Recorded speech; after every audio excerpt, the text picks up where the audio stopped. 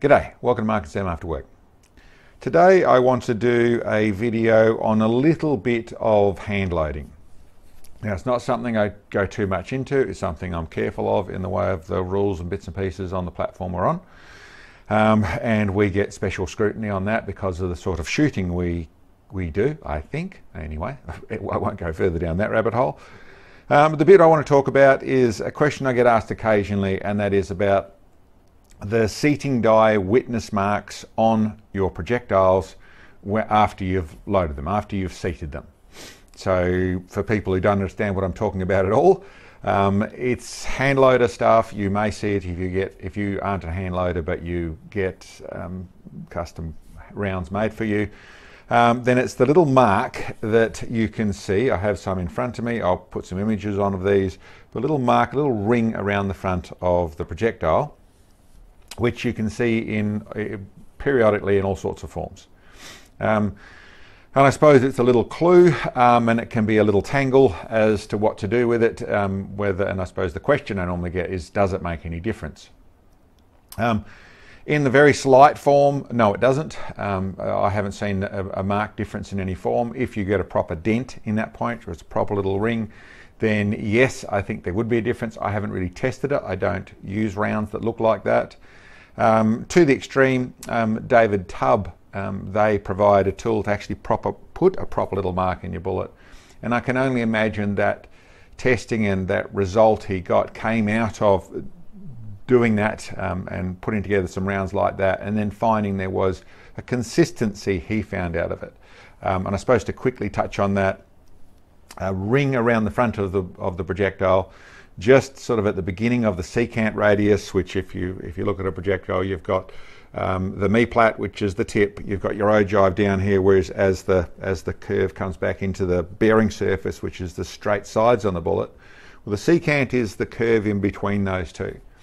And by putting a ring, my suspicion, I haven't done the full research on it, but by putting a little ring at the beginning of that secant radius, basically is a little bit like putting the it'll drop the efficiency of the bullet a little bit. So a little bit like putting the handbrake on, but it tends to find, at least in some projectiles, the testing would suggest that it makes them all more consistent BC. So a little less efficient with a little more consistent for some projectiles. Not something I've done any testing with, and I'll steer out of that skid right at the moment, and we'll get back down on the highway what we're actually talking about. Okay, so that ring that's on there that sometimes shows up, the first clue and the first reason it's there, the most obvious reason it's there, is that when you pull a lever on seating your bullet, is that there's too much tension. That might be at the beginning, getting started, that might be all the way through, that might be just at the end as you're coming onto a compressed load. At some stage or other, you're feeling too much tension in that lever. So the way I focus on my loading, one of the details is I want that to be gentle. Not too gentle, not falling in, but I want it to be gentle, but very even and very consistent. And I do what I need to go there. And the moment I feel a little more tension is when you start to notice there's a mark showing up on your projectile. So the first comment I would make in the way of steering out of that skid, not having that happen, not having the mark there, is to work out what you've got to do to change that feel of your bullets going in there, of your projectiles seating into the case. The very simple bits to start off with, that you are in your die system, in your seating die system, is if you're not running an expandable, then you may need to make sure that you're getting your right size of the case. You're not, basically, if you're not running expandable, you tend to going to be having a changeable collet inside there, so you're going to be able to get that to the right size and change it to where then the tension is the right place. The other thing that you should be measuring, and that's your overall diameter of your neck. The other thing I'm always measuring, and I start off with measuring, is the actual thickness of the neck. So simply putting my verniers in there and measuring what the thickness is in there. I want to see really around there. Around the 16 is about as big as I want to see, 16 thou. I don't really run much lower than 13, but probably around the 14 to 15 is the normal thing. And I want to see them even side to side. So if you've sized the die, if you've neck sized, so you're wildcatting brass or that sort of stuff, you've shrunk it in size, and you'll tend to find that that's too big, and you'll be seeing a number in 18, 19 or 20 thou. And then you need to neck turn it, or you'll just get some brass that is pretty thick through there and it's in the 18, 19 thou. And then you tend to find that, yes, you're going to find that bullet seating is tougher. And that's also in the case of when you are running the expandable. I prefer to use an expandable, which is, for those people who are confused on what I'm talking about, when you put the resizing die through, there's the die outside the die that is squishing the brass back to the overall size is the right size. It'll be pushing the shoulder back sometimes.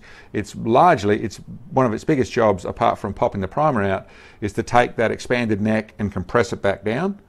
And then that's what actually happens on the way down. On the way back up, there's an expandable that drags back through, and we'll pull that back out a little bit generally. So a little bit of tension coming back out, and that is ideally, if with a good, largely fairly average set of dies, when that expandable comes back through, normally I find if everything else is set up properly, that gives me the right tension. That's what I really aim for. Keep it as simple as possible. You can obviously get expander mandrels that are another unit you put in afterwards, just to push out that neck to get to the same, to do exactly the same thing, get that projectile to go in there easily. If, like I said, your brass is just a little bit thick through there, then your neck turning. For people that don't know what neck turning is, very quick, not going to go into the fine details of it, but it's a set of tools like this little gang here. A little anvil, a little arbor, or whatever they're called. So this has got a little spindle on here. There's a little cutter, piece of brass. There's a little bit to put in a cordless drill or whatever it is that actually locks onto the back of the back of the case. You slide this over here. You spin it around. Works like a little lathe, and we'll just machine down that last little piece. Just very carefully cuts off the amount of material you want. This one also comes with, the first bit of tool comes with is a little expandable to take it to the right size so that this will fit neatly over here. Not much more complicated than that. It's a little adjustable cutter inside here that lets you trim this down to exactly the size you want. Generally I find not needed at all. Wildcatting, it is a tool that comes into needing it when you're expanding it, taking it from 7.62 down to 6.5 or something like that, then you're going to end up changing the thickness of things as well as the size of things, and then you do need it. But in some cases, to make things even, when you're measuring brass and you've got one side that measures 15 and one side that measures 16, okay, you want them 15 both sides, so neck turning is used for that as well. And then there's also the concentricity side of things that you're able to achieve with neck turning as well. But that's one of the ways. Generally not needed at all. The first clues that I go with, the first things that I always use is this little tool here. This is a little Sinclair VLD deburring tool. So it puts the nice angle in the inside of your case neck. And this one here came in this little handle here that you can go through and turn out your brass like that. I tend to use it in this cordless drill is how I tend to use it. You've got to be careful. It's very, very sharp. It'll cut a lot, but I tend to do that where I simply run through there with that. That is a fairly crude way. I'm sure there's lots of bench rest people and that would say, oh, terrible way to do it. You really should be setting up and making sure it's dead parallel and all the rest of it. Yes, you should. It's something to use very sparingly and in a fashion that you're comfortable and controlled at using it. But basically what you're doing, in whatever form you're doing, is putting that angle on the inside there, not taking too much material out, but taking that edge off. Where I find that changes things dramatically is when you're starting to seat the bullet, where if you don't do that, you've just got fairly a normal beveled deburring in there, which is about 45 degrees, you'll find that the bullet has a little push before it starts to seat. And that's actually because it's biting in a little bit hard on the boat tail of the projectile. By putting that VLD angle in there, so you get a nice smooth angle, you'll tend to find it just glides in there a lot nicer. It's got moderate tension, which is about the same from start to finish of seating that projectile. So that's a very good key. I'll get into some other little clues I go there in a little bit, but that's probably the first one. To make sure I've got the right size, the right tension, and that VLD angle's on there, and that tends to be all I need to do. The next bit, in cases or in powder where you're running compressed loads and you feel it coming up tight at the end, that's the other place that can be putting that mark on the bullet. If you are running too much compression, then yes, you tend to be right down the bottom of your stroke. You've got lots of mechanical advantage on your lever down there, and that little bit more tension can be what's actually causing it. In that situation, yeah, you're really probably running a little bit too much powder. Back off a little bit, pull the bullet out a little bit, run a little bit more, put a bit more throat in the barrel, those sort of details. But that is just, you're putting too much load on the projectile. So listen, that's the basics of it. Very, very simple. There's all those different ways of doing it, but really you're after getting that smooth lever. And then once you've got that smooth lever, then you'll tend to find you won't have witness marks. In some cases you still do. In some cases you've done all those bits and pieces, it's nice and smooth going in, and it's still leaving a little mark. So then the details move into which are things you can look from the beginning as well, but in this little line of thought, the next step is working out, okay, is it the bullet seater? Is it the little anvil inside there, the seating surface is just too sharp cornered? And that means that it's putting too much load over a sharp corner. And you can get tools, I haven't had to use them, you can get tools to change the shape of that to make it a nicer, smoother bearing surface. So it's radius nicely, so it pushes nicer on the bullet. That can be one way to fix it. The other way to fix it is to get a different set of dies and have another set of dies. You do a lot of loading with this, having a backup set of dies isn't a terrible thing anyway. So maybe the different set of dies will get around that problem. And that's also one of the things, if all combination is really the expandable is not doing it, sometimes just a different set of dies has a few thou different in places, and then all of a sudden it works nicely, which is generally the main aim of what I hope to find. So yes, you can change the inside shape of that. One of the things that you'll tend to find in the projectiles I've got here, I see very little of it with what I do, so when I went through my stocks trying to find things to show you, I was struggling. But the place that I almost always end up with a tiny witness mark, and it is a near on impossible thing to stop, is in, especially the larger, but in the monolithic bullets. Now the reason for that is that they're machined off a lathe, so there actually is super fine, even as nice as they machine them, there still is super fine high points and low points where the cutter's gone across and cut that projectile.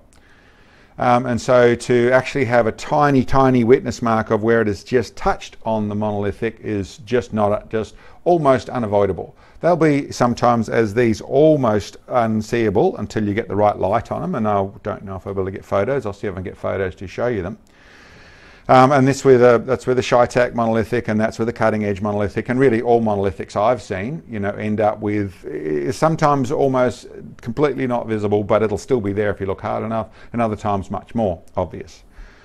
The ways that I go around getting those in there is all the same features. So I'm running less tension, I'm running the nice VLD chamfer on, I'm running all the bits and pieces to try and do that, but I tend to have to go to another step. And this is the step that is another one of those steps that is able to be used poorly, so be very wary with it. But that is putting a tiny bit of lube on that VLD angle at the top there, tiny bit of lube.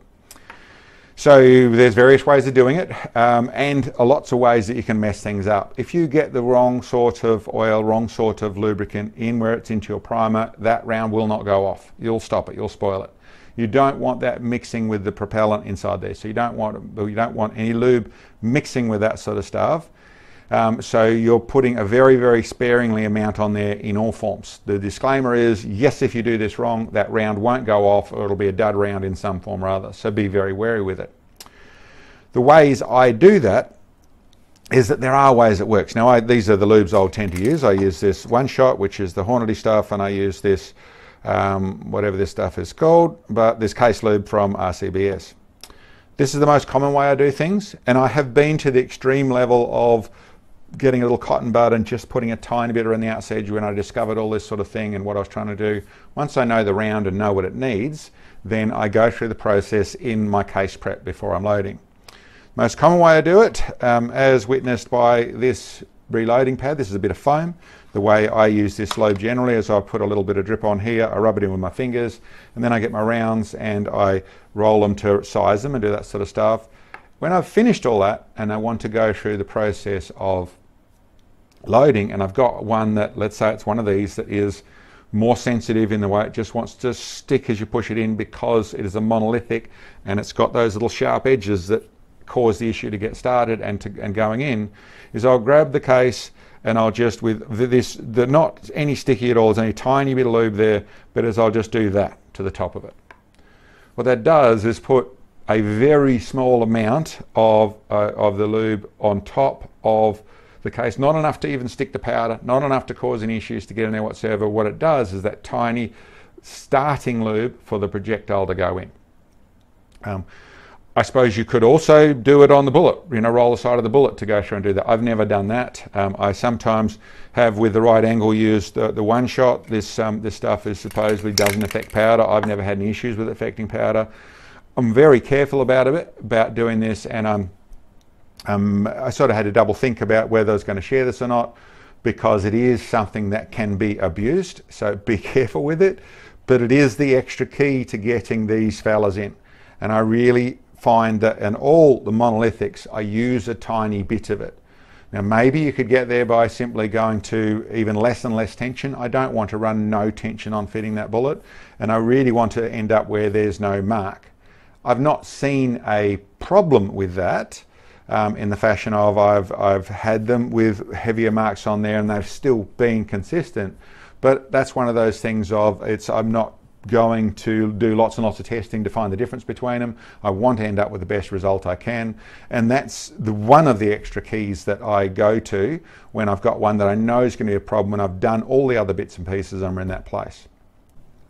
Okay, so in summation of what I'm talking about there, the marks on your projectile, yes, if they're obvious enough, they're deep enough, yes, they can make changes to how that bullet travels through the air.